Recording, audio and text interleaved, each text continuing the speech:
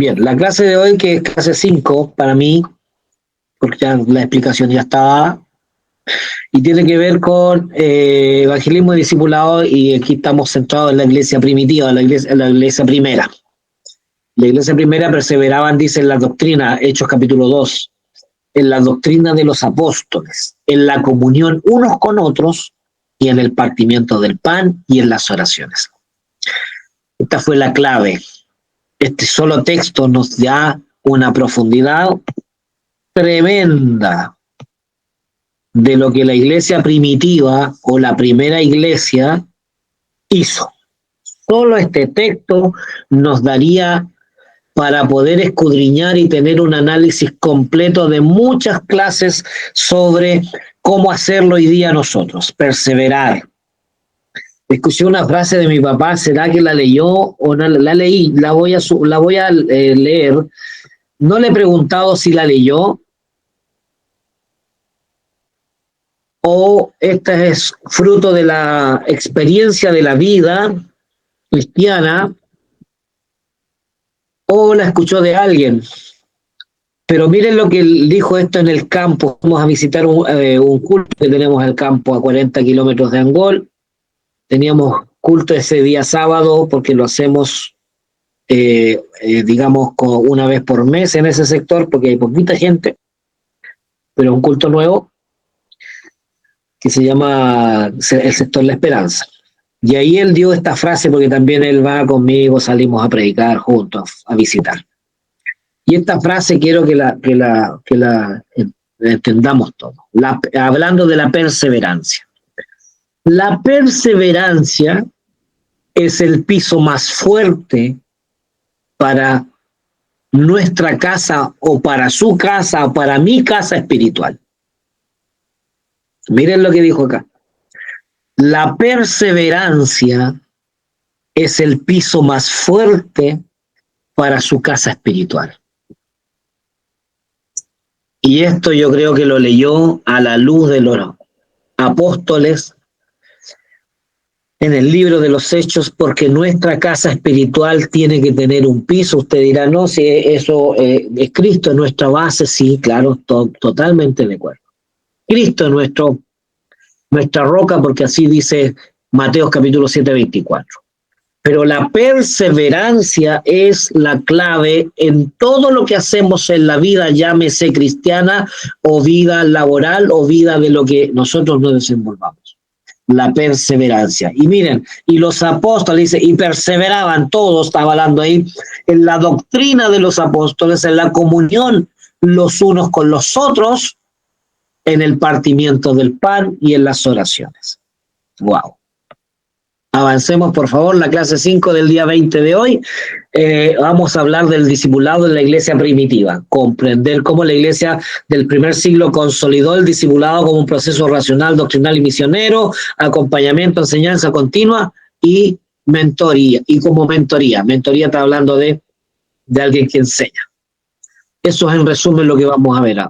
La clase anterior, para los que no estuvieron, vimos un poquito de la evangelización de la iglesia primera. Y la evangelización, el método de evangelización de la iglesia primera tenía que ver con ninguno decía ser lo suyo propio, sino que de lo que poseía, sino que tenían las cosas en común. Había comunión, comunidad. El discipulado no está separado de este método. Y ya lo vieron ustedes, la vimos en la clase pasada. El congregarse, como el orar, tenía que ver con una forma de vida como de hábitos, y hablamos la semana pasada de los hábitos de Jesús. Hablamos de la celebración de los sacramentos que le llama la Iglesia Católica. Para nosotros primordialmente tiene que ver con la cena del Señor y el bautismo. No habla de primera comunión, no habla de todas esas cosas que ya sabemos que se han hecho en otros lados, otros rituales, pero nosotros creemos en el bautismo y creemos en la cena porque es algo que hacemos y debemos hacer con mucha compunción. Y de la enseñanza de la palabra. Ese es el modelo de la iglesia primitiva en cuanto a la evangelización. Porque las bases están aquí. La base nos da la palabra. Yo vamos a citar la palabra mucho en el libro de los Hechos en este caso, porque habla de y perseveraban en la doctrina de los apóstoles, en la comunión los unos con los otros, y todos creían que, y todo lo que tenían y habían creído estaban juntos. Ojo ahí. Y aquí hay una frase también que la escuché en una predicadora de nuestra iglesia, una chiquilla joven que fuimos a visitar una iglesia aquí hermana en Tijeral, y dijo: la unidad no se confunda con uniformidad. La unidad no debe ser confundida con la uniformidad. La unidad es lo que nos llama la iglesia, pero la uniformidad tiene que ver con otro principio o valor. O si no, todos diríamos tendríamos que estar de azul, completamente de azul, para que fuéramos uniformes. Y la Biblia no habla de uniformidad, habla de unidad. Estaban todos unánimes juntos. La unidad es un principio bíblico, pero la uniformidad no necesariamente tiene que ser nuestra, digamos, lo que nosotros debemos proclamar. La unidad sí. La uniformidad no tiene que ver con precisamente que lo proclamemos, porque si nosotros quisiéramos hacer un grupo uniforme, no estaríamos desenfocando del modelo del Señor. ¿Ya? No tenemos uniformidad. Cada uno puede pensar y tener ideales, pensamientos distintos. Solo lo que nos une son los principios del Señor. Hay una diferencia.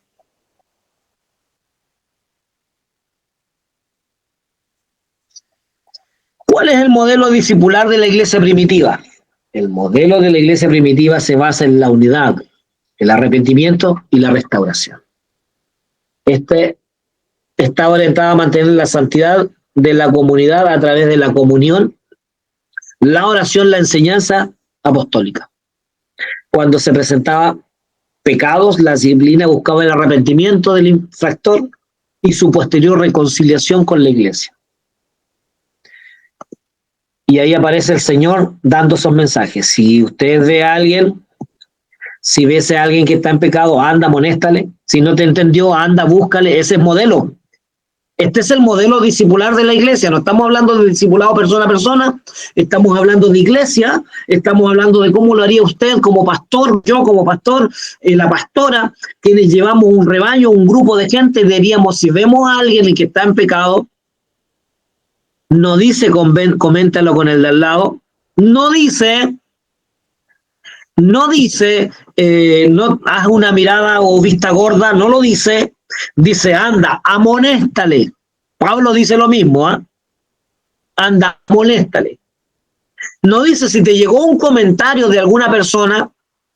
No, habla, si tú ves a tu hermano, si tú has visto, si estás viendo que está provocando que está cometiendo tal cosa, anda, amonéstale.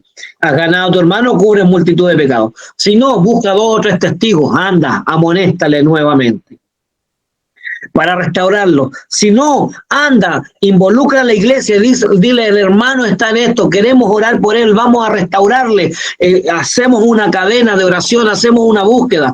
Pero si aún así la persona no entra en razón, la Biblia es tácita ahí, dice, ténganle como publicano.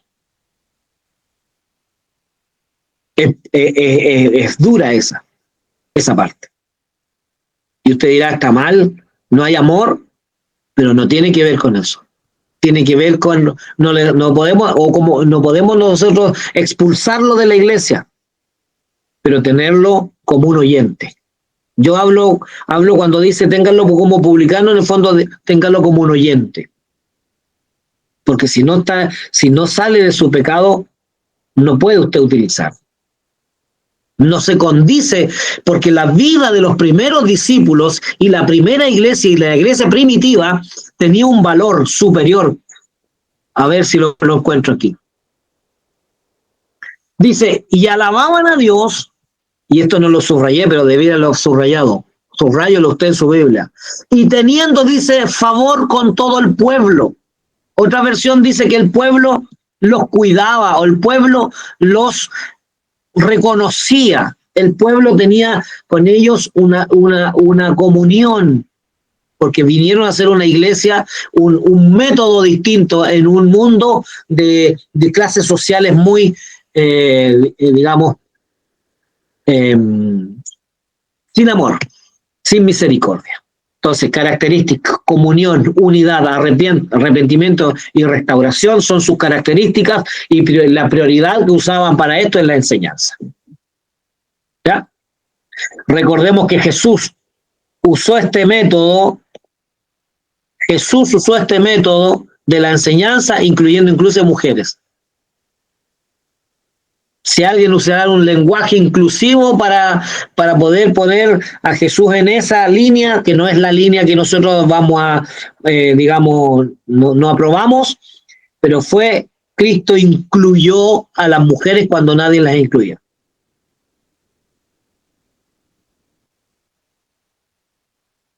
Características discipulares de la iglesia primitiva. Aquí está, la vida de los primeros cristianos según Hechos 2 al 44 al 47, dice todos los que habían creído estaban juntos. Miren que lo que vamos a sacar en este modelo de características. Usted me dirá, esto es nuevo, esto lo sé. Perfecto, si yo no digo que no. Yo digo que esto se nos olvidó a veces de tomar. Estaban todos juntos. O sea, había unidad. Y tenían en comunión todas las cosas. Vale decir que no había discriminación. Si le va poniendo palabras más adaptables a nuestro tiempo. No discriminaban por ninguna razón, no había clases sociales en la primera iglesia. Recordemos que la primera iglesia tenía Roma estableció había una pirámide de clases sociales, así como lo tenían los egipcios también. Y donde el primer peldaño era lo más bajo de los bajos. Incluía a los pobres, incluía a los esclavos, incluía a aquellos que no tenían nada. Ahí estaban también los cristianos. Entonces, todos habían creído, estaban todos los que habían creído. Ojo, un valor que se me olvidó ahí ponerlo. En la iglesia no estaban los inconversos. Llegaban y se añadían los que creían. No sé si he escuchado a algunos predicadores evangelistas que hoy día se hace evangelismo dentro de la iglesia. ¿Ha visto eso, no? ¿Cómo alguien podría definir qué hacer evangelismo dentro de la iglesia? ¿Cómo es eso? ¿Alguien me puede responder? ¿Por qué se hace evangelismo dentro de la iglesia?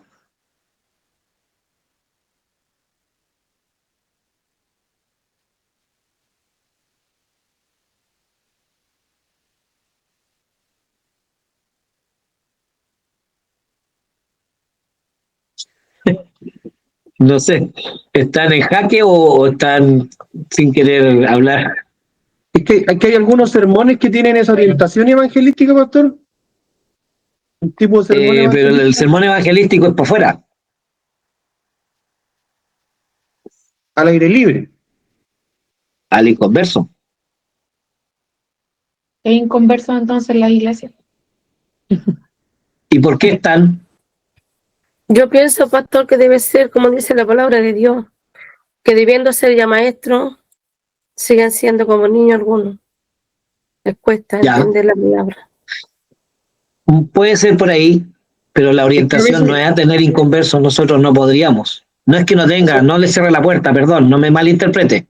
Al principio llegan, por ejemplo, puede llegar un papá por escuchar a su hijo, que nunca ha venido, y el hijo sí, o la hija, y ahí llega... Pero esto es más profundo. Pero esto es más profundo. Tiene que ver con que nosotros tenemos a veces, perseveran con nosotros, se mantienen entre nosotros gente que nunca se ha convertido. Y aquí dice, todos los que habían creído estaban juntos. ¿O no? ¿O me equivoco? Sí, Pastor Ever. Sí, se está dando, bueno, obviamente el discipulado es para dentro de la iglesia y el evangelismo para afuera de la iglesia. Ahora, depende, bueno, a veces sí, a lo mejor cuando podemos intencionar a lo mejor un culto evangelístico dentro de la iglesia con la finalidad de se invite y, ¿no es cierto? Sí, pero que esa es una estrategia. Y ahí intencionamos un culto especial. Ahora, pero esa es una estrategia. Hay iglesias que están en punto estratégico, por ejemplo, en las grandes metrópolis, debe pasar en Concepción, Temuco, Santiago, por ejemplo. Yo conozco iglesias que siempre, de repente, hay mucha gente que va pasando y en algún momento el pastor siempre hace, o el predicador siempre hace un llamado evangelístico, ya cuando están en lugares estratégicos en las grandes metrópolis, no sé, puede darse. Y que va pasando mucha gente siempre. Pero el evangelismo, porque estamos hablando de discipulado, gracias pastor, pero el evangelismo está asociado, siempre va a estar asociado para fuera de la iglesia, y aquellas estrategias que se utilicen, que invitamos, vamos a hacer el día de las familias de los padres no cristianos, y intencionamos un culto para que los papás no cristianos lleguen a la iglesia. Y ahí hacemos un culto de esa índole. Pero todos los que están en la iglesia aquí, dice los que habían creído, porque una vez que estás en la iglesia, ya ahora pasas al otro proceso que es discipular. Y a veces nos equivocamos porque tenemos en la iglesia gente inconversa que lamentablemente, y esto por como es para líderes, para pastores, lamentablemente nosotros no distinguimos en una persona que sea cristiana o no cristiana. Y si inclusive le utilizamos, y a veces no sabemos si está bautizado o no está bautizado. Hay iglesias, una de cerca, y lleguen miembros de la iglesia que lleguen, pasan por su proceso discipular y luego de bautismo y después se hacen miembros. ¿Has escuchado eso?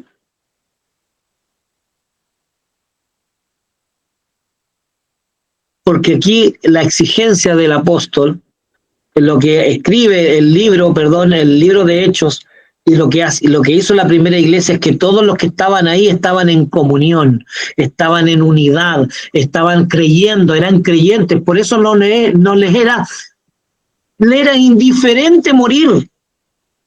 La iglesia primitiva, porque habían creído con una fe inquebrantable. Había una iglesia familia, había una iglesia perseverante, había una iglesia alegre y unida, humilde, había una iglesia que adoraba permanentemente y una iglesia reconciliada, reconocida y creciente, perdón. Entonces, la iglesia primitiva cumplió esto.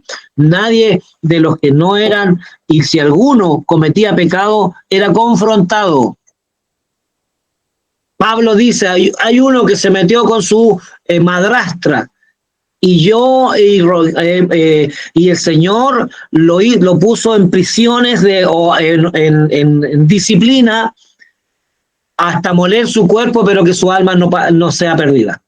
¿Se acuerdan de eso, cierto, Corintios? ¿Se acuerdan? Entonces, la iglesia primitiva cumplió todos estos pasos y se mantuvo en unidad, y en algún momento nosotros ablandamos el modelo o lo adaptamos el modelo y dejamos que una persona actuara en la iglesia sin tener el primer valor de la conversión. Pero era útil, tiene buen hablamiento, tiene buenas capacidades. Pero no es eso, no es el modelo primario. Todos los que habían creído estaban juntos, en común todas las cosas, y vendían sus propiedades y sus bienes y los repartían según la necesidad de cada uno. ¿Para qué vamos a hablar del libro de, Hechos capítulo 5? Nosotros nos complica cuando un hermano reclama contra el diezmo. Nos complica cuando un hermano reclama por las platas, por las ofrendas, y resulta que es parte del crecimiento de la iglesia, es parte del modelo de la iglesia, y si usted no lo confronta, y si no lo confrontamos, y llamo iglesia, no le hablo a usted en molestia, sino que si no confrontamos eso, se empieza a diseminar, se empieza a mezclar, la murmuración es tan compleja que es como un virus que se empieza a expandir. Y aunque lo llamen de una forma u otra, pero aquí se confrontaba. ¿Cómo confrontó eso Pedro con Ananías y Zafira? De una forma clara y ejemplar. Usted me dirá, entonces yo tengo que pedir muerte para alguien que me dice que yo no diezmo porque el diezmo no es del Nuevo Testamento. Pero hay un libro que es de un pastor, no me acuerdo el nombre, que escribió en una anécdota cuando un hermano dijo, pastor, bendígame para que me vaya bien, yo voy a traer mi aporte. Y una vez que llevó el aporte y le empezó a ir bien, y se multiplicó, se triplicó, se cuadruplicó su aporte diezmal. Y entró en conflicto porque era mucha plata. ¿Qué hago, pastor, para...? Es mucho dinero el que estoy ganando y es mucha la plata. Y la única forma que tengo para que tú no des el diezmo, no a mí, pero que no des el diezmo, es que el Señor te quite la bendición. Así que oremos para que te quite la bendición. Y ahí cambió todo el discurso. Los primeros cristianos, en cuanto a calidad, dice, creyentes genuinamente transformados, creyentes cimentados en la palabra, creyentes que usan sus talentos al servicio del ministerio participativos, creyentes que comparten su fe regularmente, asistencia y testimonio, creyentes que producían señales y milagros, creyentes que llevaban su nombre, el nombre de Cristo en todo lugar, creyentes que avanzaban y crecían y se desarrollaban. ¿En qué momento cambiamos este modelo discipular? ¿En qué momento dejamos de ser nosotros influyentes en la sociedad? Hoy día hay un boom por la política, que el cristiano tiene que ir a la política, perfecto, el que tiene ese llamado de servicio preparado, vaya. Pero ¿en qué momento dejamos de ser nosotros? Porque en algún momento alguien malentendió un mensaje que yo también lo había malentendido. Predica, siempre predica, leí de un libro. Y solo si es necesario habla. En el fondo, él nunca dijo que dejáramos de hablar y de predicar al Señor, pero nuestra primera prédica tiene que ver con el testimonio. Entonces, por eso decía el libro, predica, siempre predica, y solo cuando sea necesario habla. Porque siempre va a estar predicando y luego viene la argumentación de lo que no. Porque siempre le van a preguntar, tú eres distinto, ¿qué pasa contigo? ¿Tú tienes alguna creencia? En algún momento a mí me dijeron, ¿tú no bebes? No. ¿Tu religión te lo prohíbe? No. Yo me lo prohíbo. Eso planteé yo. Yo me lo prohíbo. Entonces, recién, miren, perdone que hable de mí en este ejemplo solamente, no te quiere decir que yo sea perfecto en nada, pero recién, el sábado, tuve una comida con mis ex colegas del liceo. Era el día del profesor. Después de 4 años que ya no los veía, me llaman y me dicen, Ever, queremos celebrar el día del profesor, de los ex profesores que nos juntábamos siempre. El liceo ya no existe, pero cada uno de nosotros trabajamos en diferentes colegios, pero nos queremos volver a juntar. ¿Te sumas? Sí, perfecto, yo me sumo, pero tengo un problema, les dije. Tengo a mi hijo en casa, mi señora anda en un encuentro de Dorcas y yo estoy con él en casa. Pero ofrezco mi casa, dije yo. Estaba solo. Mentira, estaba con los niños. Ofrezco mi casa, dije yo. Estábamos ahí con Carolina, pero le puse en el WhatsApp, pero tengo 2 condiciones. 2 condiciones. En mi casa no se fuma ni se toma. ¿Y usted cree que tuvieron algún problema de llegar a la casa? ¿Ellos fuman, alguno de ellos? ¿Tienen algún problema? No, llegaron igual. Participamos en un lindo asado. Pero cuando usted pone las cosas claras, nadie le dice nada, lo contrario.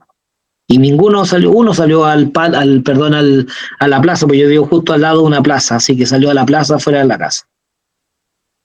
¿Qué quiero decir con esto? Que uno puede ser transparente en todo momento y que tiene que predicar, siempre predicar, y cuando es necesario hablar. Entonces la iglesia primera, este era su trabajo discipular. ser transformados genuinos, tener un cimiento en la palabra, tenían un servicio participativo, eran conocidos, tenían el favor del pueblo. Eso es importante.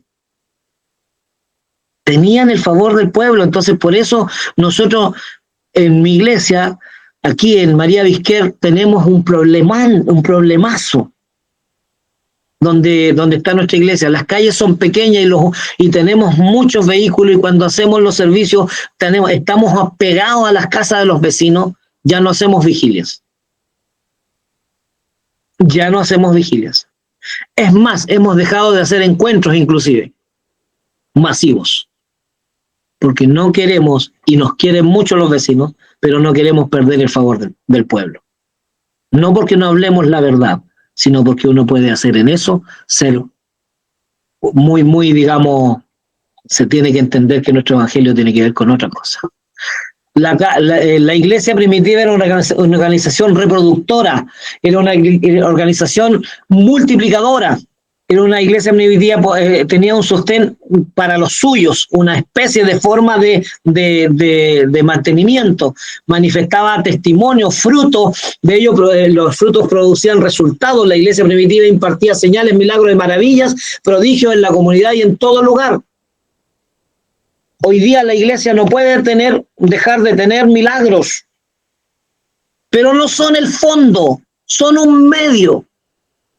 Y eso lo malentendieron un cierto grupo que se transformó en cesacionistas. Y la iglesia no es cesacionista. Existen milagros, sí, hoy. Existen maravillas, sí. Señales, sí. Hoy día se pueden dar, pero no es el fin de una iglesia. No es el fin, es un medio solamente. Cristo no vino a ser el Dios de los milagros, vino a someter toda inmundicia bajo su autoridad, llámese en enfermedades o llámese en posesiones demoníacas. Por eso él hizo muchas señales, maravillas y prodigios. Por eso hicieron los primeros apóstoles muchas señales, maravillas y prodigios, porque no eran el fondo, eran el medio. Acuérdense que Pablo y Apolos le dijeron, algunos le hacemos a uno una estatua, al otro otra, y Pablo le dijo, ¿qué les pasa? Somos un medio. Yo planté, Apolo regó, pero el crecimiento, ¿quién lo da? El Señor. Cuando nos transformamos en personas superdotadas dentro del Evangelio, como cristianos, como predicadores, le quitamos el lugar al Señor. Y ahí empieza a haber una debacle. Los primeros cristianos, según los capítulos de Hechos, en cuanto a la cantidad, eran 120 miembros. En el Hechos 2:41 eran 3.000 miembros. Hechos 4:4, 5.000 más, sin contar mujeres y niños. En el Hechos capítulo 5 aumentaron en gran número más todavía. En Hechos capítulo 6 crecía el número de los discípulos. Y Hechos capítulo 6, verso 7, ya no eran creyentes solamente, sino que eran discípulos. Miren la hermosura de este proceso. La iglesia iba creciendo, la iglesia iba siendo más grande, pero cada vez se iban comprometiendo más y cada vez se estaban haciendo un discípulo. Ya lo vimos en las primeras clases. Un discípulo no era una persona cualquiera, era alguien que imitaba a su maestro. Para tener la calidad de discípulo tenía que pasar muchas pruebas. Y para poder ser discípulo tenía que estar ahí permanente. Acordémonos que el modelo discipular era un modelo donde vivían, comían, viajaban junto con su maestro. Entonces la iglesia creció bajo esa línea. Una iglesia sin discipular tiende a tener meros creyentes sin sustancia. Y es por eso que nos encontramos en conflicto, que el pastor me dijo esto, que el hermano me dijo algo duro, que la predicación era para mí, y todo lo que usted ve hasta el día de hoy con ciertas debilidades. Entonces Pablo nuevamente va y cita, en vez de darles alimento sólido, tengo que seguir dándoles leches como a niños. ¿Se fijan? Entonces nuestra iglesia debe crecer en madurez. En madurez. No podemos tener un hermano que si le cayó mal algo y alguien dice es que hay que salvar las almas, no a como de lugar. Las almas no se salvan a como de lugar. Las almas tienen un modelo que seguir. Y si no siguen ese modelo, no están siguiendo el modelo correcto. No vamos a llegar con nuestra gente al modelo correcto. Tal vez el arnero para la gente que de los cientos que podemos tener sea, no sé, un 10%. Tiene que ser confrontada. La iglesia nunca ha sido no ha vivido nunca en un estatus de comodidad. La iglesia cuando tuvo comodidad fue lo mismo que le pasó al rey David cuando estuvo cómodo. Vino el tiempo de guerra, dice, y David no salió con todos los príncipes a la guerra, se quedó en casa. Y en el pasar de los tiempos, en algún momento miró por el costado y encontró una muchacha. O sea, cuando la iglesia no está, y salían a la guerra, cuando la iglesia no está en guerra, no estoy hablando que usted haga una locura espiritual, guerra espiritual, estoy hablando que la iglesia debe estar siempre alerta. Y los miembros que no están alertas, sin duda, causan y provocan conflicto dentro de la iglesia. ¿Cómo atendemos a ese conflicto con paño frío que para no perder al hermano? ¿Cómo lo atendemos? ¿O lo confrontamos? La iglesia debe ser discipulada. Sin duda, la iglesia debe ser discipulada. La obra del Espíritu Santo es clave aquí. Convencer al mundo de pecado, ya lo sabemos. Dar poder a los siervos de Dios para traer convertidos a Dios. Sin la unción del Señor no podemos. Dar a los cristianos el valor de hablar de Cristo. Él nos traerá y nos recordará lo que debemos decir. Guiar a los cristianos a lugares de servicio para que testifiquen. De acuerdo a todo lo que vemos ahí en el libro de Hechos capítulo 10, acuérdense que Dios movió todo, su mano la movió para que Cornelio recibiera a Cristo y toda su gente. Movió toda su mano, fue el Espíritu Santo mismo. Han leído el capítulo 10, ¿cierto? Y estaba Pedro en la azotea y el mismo Espíritu Santo le dijo, desciende, te buscan. No fue una persona, fue el Espíritu Santo que se tomó el tiempo, el Espíritu Santo. No es cualquier persona. El Espíritu Santo que va y le dice, desciende, te buscan. Lo ha leído, ¿cierto? Léalo con detención.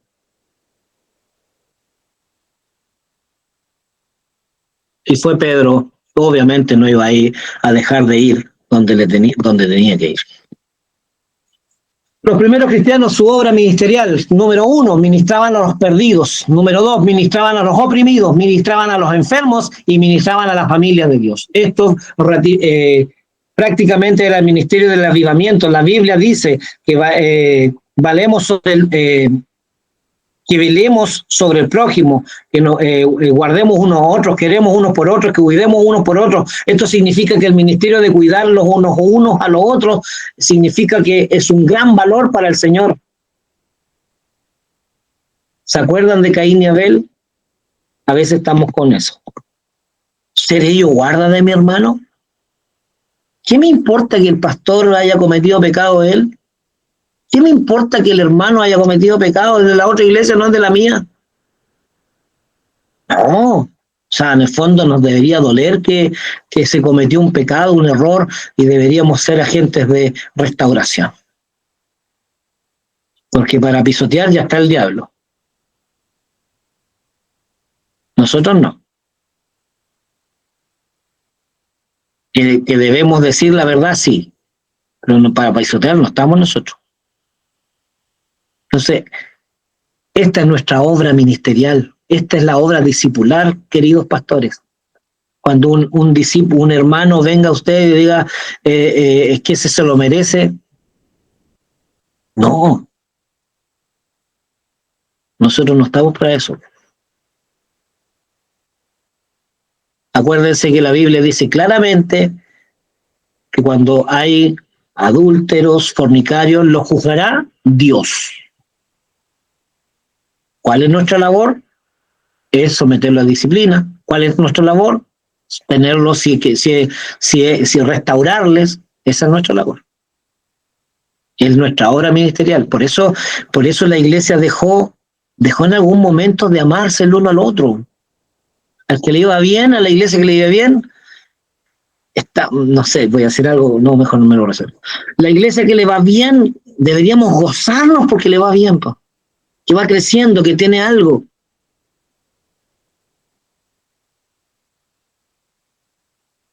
Porque somos un solo cuerpo. Señales de las obras ministeriales. Primero, las maravillas dan prueba infalible de la realidad de Cristo y su resurrección. Número, señales. Luego 2, confirman el poder y la integridad de la palabra de Dios para alcanzar sobrenaturalmente las necesidades de las personas. Alguien me decía, esta alma me la gané yo en alguna oportunidad. Y yo me transformé. Se me desfiguró la cara, porque en el fondo las almas son del Señor y el Espíritu Santo es el que convence de pecado, de justicia y de juicio. Qué cosa que usted y yo sabemos, pero las almas no nos las ganamos nosotros, es el Espíritu Santo el que hace su obra. Nosotros solamente administramos las personas, pero si no estamos administrando muy claramente, una persona va a decir, aquí no estoy siendo alimentado, y va a buscar otro redil. Pero nosotros estamos llamados a entregar una palabra permanente y a discipular. Los hábitos de la obra ministerial de los primeros cristianos estaban llenos, controlados y completamente dependientes del Espíritu Santo. La iglesia primitiva tenía una intensa vida de oración, y ahí lo dicen los textos propiamente tal. La iglesia primitiva estaba atada en amor y en unidad, no en uniformidad. En la clase anterior decía yo, no cambiemos, no transformemos los principios a costumbres y no los bajemos los principios a costumbres y no subamos las costumbres a principios. No quiere decir que no haya orden. A mí me encanta estar corbateado. No me va a pillar nunca predicando en un púlpito sin corbata, pero eso no es un principio. Eso es orden nada más, para mí. Pero para otro probablemente pueda ser que no es necesario. No es un principio. No subamos las costumbres a principios ni bajemos los principios a costumbres. La iglesia primitiva caminó en la valentía sobrenatural. La iglesia primitiva ministraba sobrenaturalmente la necesidad de las personas. El que estaba enfermo, cojo, fue sanado. El que estaba en necesidad, fue multiplicada su necesidad. La obra de la provisión, la prosperidad, ¿es bíblica o no? La prosperidad, ¿es bíblica?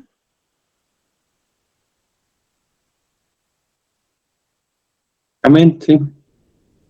¿Y por qué, digamos, contra los ministros de la prosperidad? Es que ellos lo orientan a la prosperidad económica, no, solamente. Porque no existe gracias, pastor, porque no existe el ministerio de la prosperidad. No existe. No hay ministerio de la prosperidad es un medio solamente. Entonces, ahí está la clave. Nosotros no predicamos, no podemos dejar de predicar de prosperidad. Entonces ahí nos equivocamos. En nuestro discipulado pareciera que hablar de prosperidad es un pecado. No, es bíblico prosperar y ser prosperado. Lo que no es bíblico por centrarnos como un ministerio de la prosperidad. No existen. Hay 5 ministerios para mí para empezar. El ministerio apostolado, profético, evangelístico, pastor y maestro. Hoy día está el ministerio de alabanza, el ministerio de no sé qué, 5. De los cuales podríamos decir que el apostolado, el profético, están no cesados. Pero creo que hay harta duda para ser apóstol hoy día. Al nivel de los primeros apóstoles, creo que no. Y los que se llaman apóstoles en este tiempo, bueno, a veces lo llaman como una especie de ordenamiento. Así como nosotros tenemos pastores diáconos o probando, pastores diáconos, pastores presbíteros, otros tienen otra escalafón y tienen sus pastores, obreros y todo, y un apóstol. Pero no desde la jerarquía como lo mencionan algunos. Y otros que lisa y llanamente vienen apostolados como creyendo que son autoridad en un nivel de apóstoles. Para mí no creo que sea así. Y el profético es que ya la escritura está expuesta. Y perfectamente puede haber una profecía en una iglesia, sí, puede haber. Pero siempre alineada a las escrituras. Creo yo.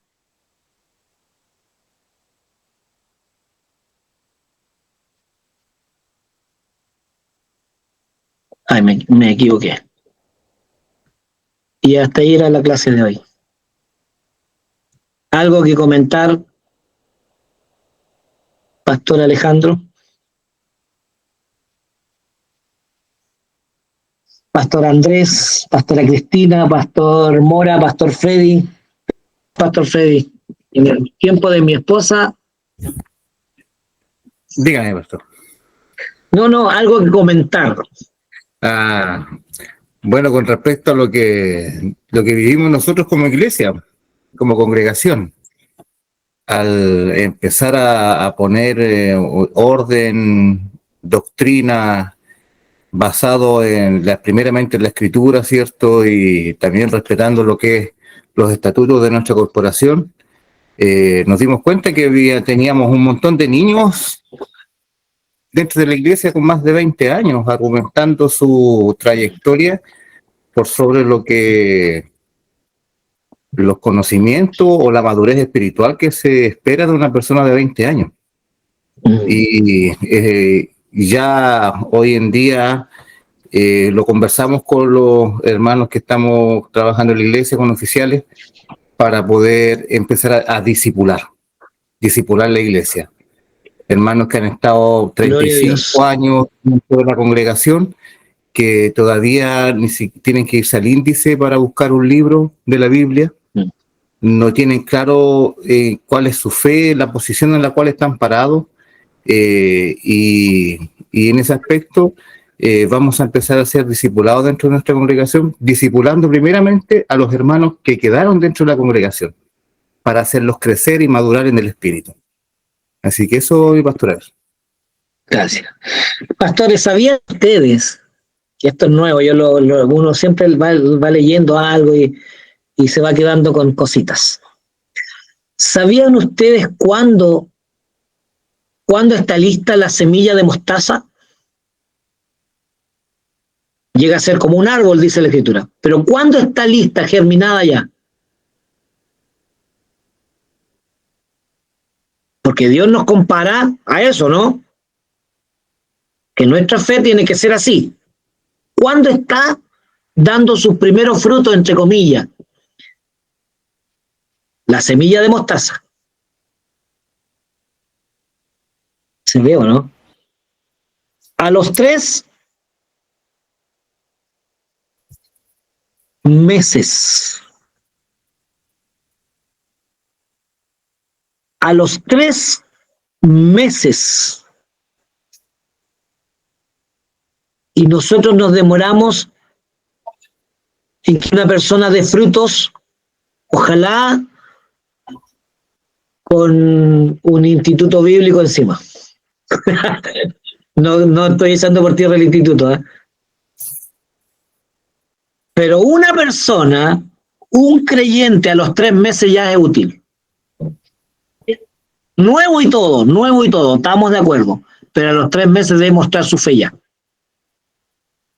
A los 3 meses deberíamos preocuparnos que esa persona a los 3 meses ya tuviera clarísimo nuestros principios bíblicos. Porque la semilla de mostaza a los 3 meses ya está y empieza a crecer. Y obviamente cuando crece, digamos, en su plenitud, da y cobijo hasta las aves. Entonces, ahí estamos fallando en algo. Los primeros apóstoles se convertían y no sabían si al otro año iban a cumplir años. pero estaban tan convencidos de su fe que no importa. Dijo Josefo y los escritores contemporáneos a Josefo decían, no entiendo cómo estos cantan cuando los están matando.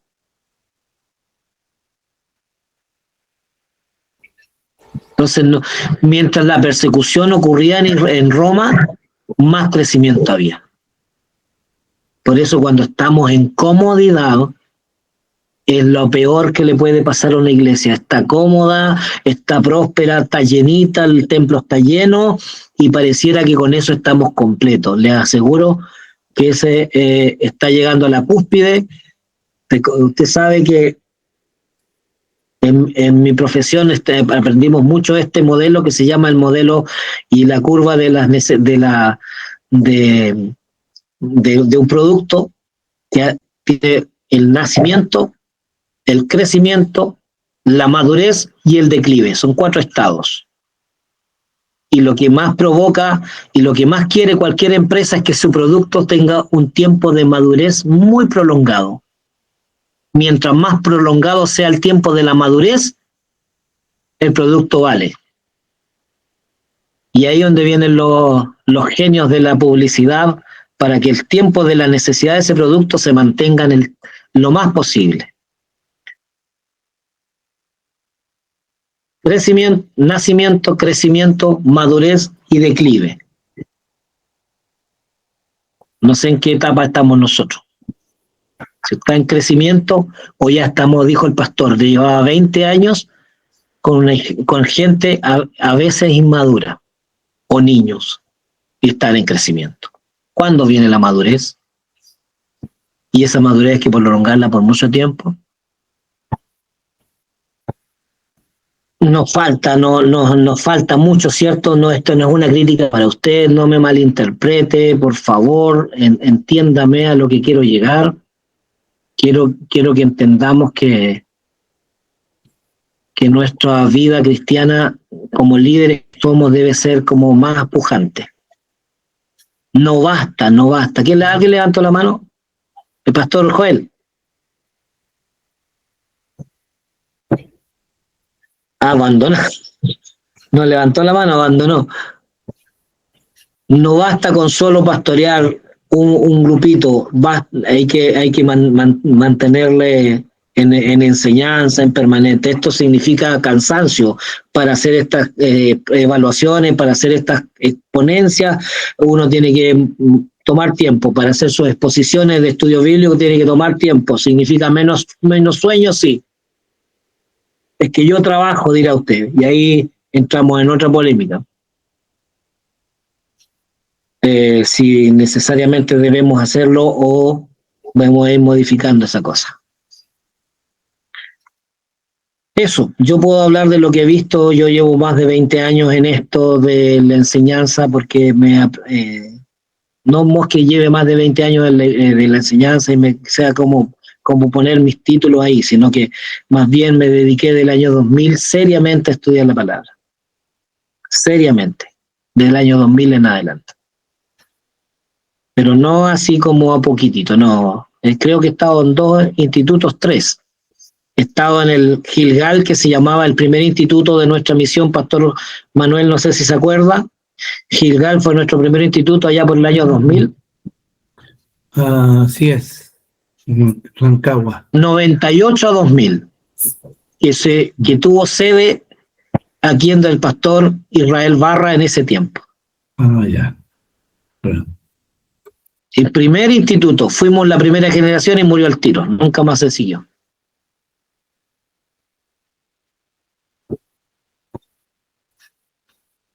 Porque fue una idea del pastor Daniel Cortés, fue una idea del pastor Israel, fue una idea del hermano Abelardo en ese tiempo. Tuve clases con el pastor Cortés, tuve clases con el hermano Abelardo en ese tiempo. Y hasta el día de hoy, ya después que ahora volvimos. Y después yo, obviamente, en el otro que estuve también. Y que estuve 2 veces en el IBN. 2 veces, porque lo volvimos a repetir después del 2005 hasta el año 2018, que volvimos a inscribirnos con Carolina. Y ahora en este que nacimos con nosotros. La educación no para, es un tema que nosotros debemos tenerlo como un valor dentro de nuestra congregación, un valor. No sé si alguien más quiere plantear algo o si no cerramos. Nuestra exigencia discipular debe ser activa, debe ser movida. El modelo de la iglesia debe estar en ese ámbito. Si no lo hacemos, va a venir una herejía, va a venir una doctrina falsa, va a venir una persona con un ideal y lo vamos a creer. Y no podemos estar en ese plan nosotros. No podemos. ¿Hemos equivocado en algunas acciones? Sí. Los corregimos y seguimos adelante. Así funciona. Porque hay pecados de acción y también hay de omisión. Pero omisión a sabiendas, ojo ahí. La omisión sin saber nada, yo no tenía idea y me pasé un disco, era tal vez consecuencia de que voy a tener que pagar el parte, pero no es una falta, digamos, que la hice adrede. Pero la omisión sabiendo es un pecado. La omisión sabiendo es un pecado, así como la acción. Ambas son sabiendo. Eso, nada más que agregar, no sé si hay alguien que quiera plantear algo. Mi pastor Ever, Ricardo, por acá. Buenas noches, mi pastor. Quiero compartir, más que nada compartir en realidad con usted, pastor, y con todos los pastores que están acá en este momento. Yo creo que se ha hablado de discipulado y estoy totalmente de acuerdo. Y qué bueno eso, porque yo estaba enfrentando cosas ya con algunos teólogos que tienen 5 años de teología, pero en vez de edificar la iglesia la destruyen. Yo tengo un caso así en mi iglesia, en un cultito. Tengo un hermano que tiene 5 años de teología y es profesor jubilado y dice que hablar del Antiguo Testamento es una herejía. Mire, ve, ¿qué le parece? Comparto esto con todos para que tengamos cuidado. Es una herejía, dice él, y lo alega a pie junto. Entonces, mire con lo que me estoy enfrentando yo. Con algo muy, muy grande. Y por eso Exacto. es bueno compartir estas cosas, pastores, porque más tarde les va a tocar a ustedes enfrentar algo más grave. Y a veces nosotros no los animamos a decir las cosas que estamos pasando, los quedamos callados, y eso no es bueno.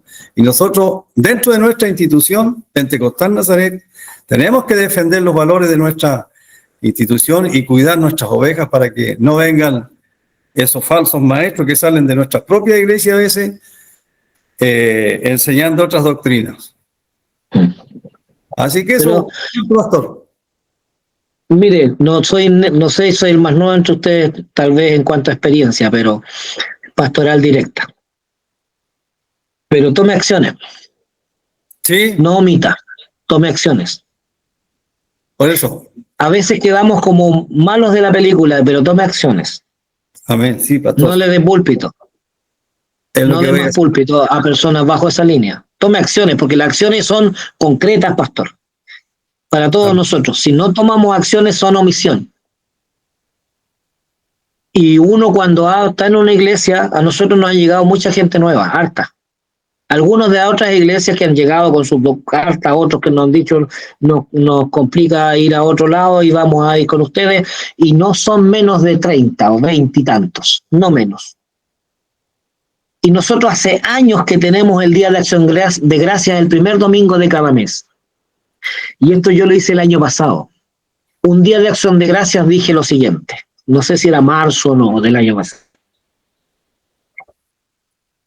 El Día de Acción de Gracias para nosotros, como cada iglesia tiene su forma de administración, es donde nosotros traemos primicias, diezmos y ofrendas.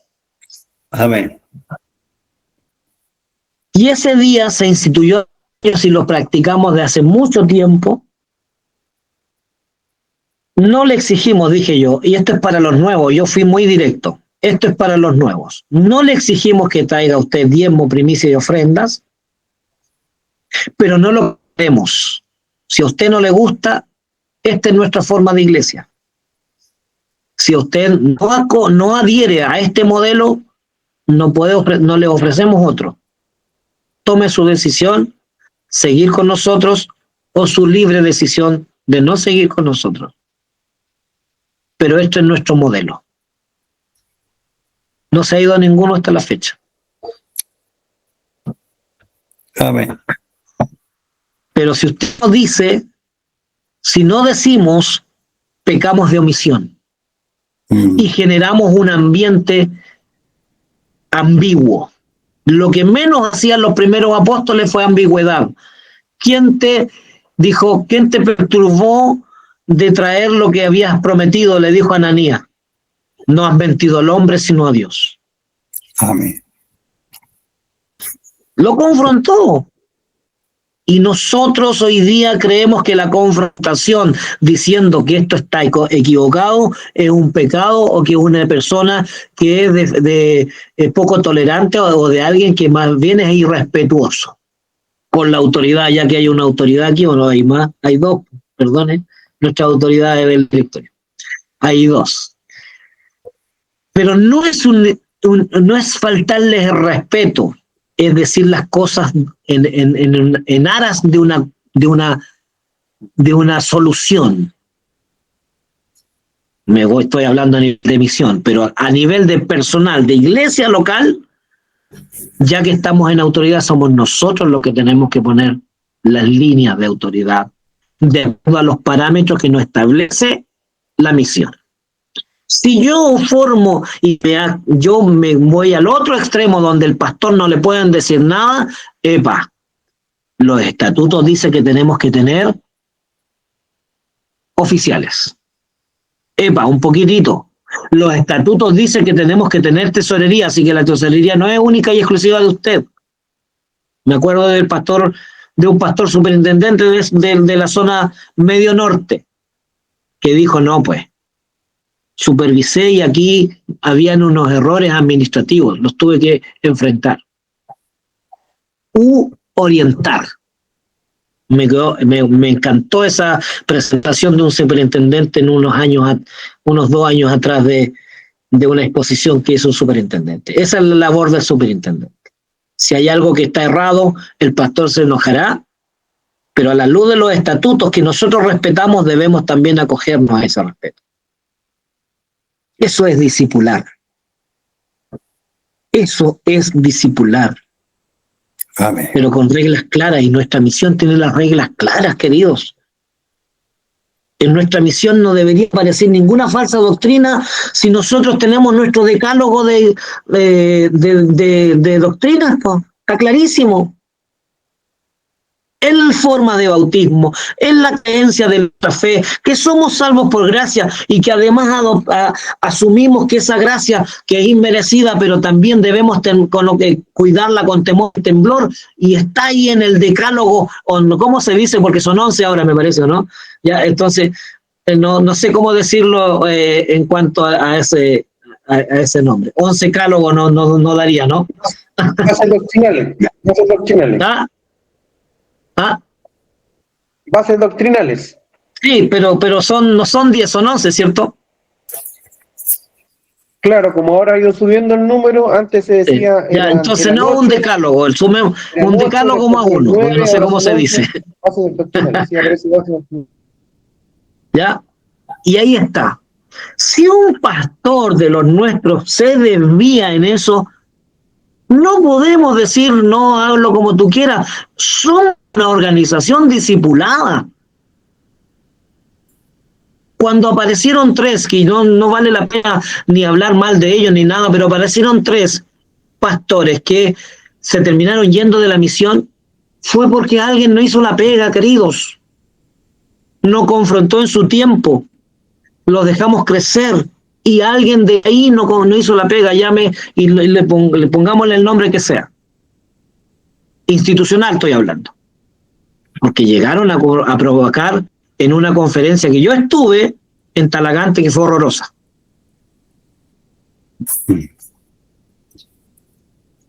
Y eso no puede ser. porque no queremos quedar nunca mal con nadie. Y yo te aseguro que Jesucristo no hizo eso, hermano pastor, amigo pastor. Jesús nunca se cuidó en decir, es que me pueden decir los fariseos una cosa mala, entonces yo no los voy a tratar mal. Solo les voy a decir sepulcros blanqueados nomás.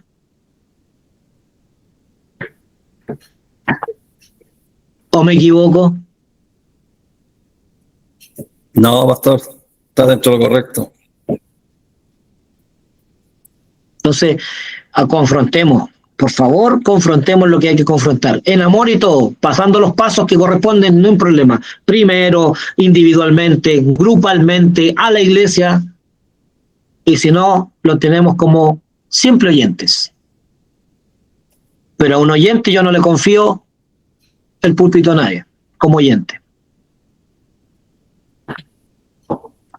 No me alargo porque si no se van a aburrir y nos quedan unas clases más para que terminen. Solo esto quería exponerles a nivel discipular. Si ustedes saben lo que es discipulado, tenemos tanto material en la internet, buen material. Y si aparece, miren lo que voy a decir. Si aparece el bautismo por inmersión, cámbielo, modifíquelo a la aspersión. Porque nosotros no estamos ligados a una forma, nuestro bautismo tiene que ver con un símbolo nomás, por eso lo modificamos a un bautismo de aspersión. ¿Es antibíblico? No. Es parte del bautismo de todo, del grupo de gente que fue en los primeros apóstoles también. Pero alguien dijo, bíblicamente dijo, el mayor bautismo no es este, el que viene con Espíritu Santo y fuego. Ese sí que vale.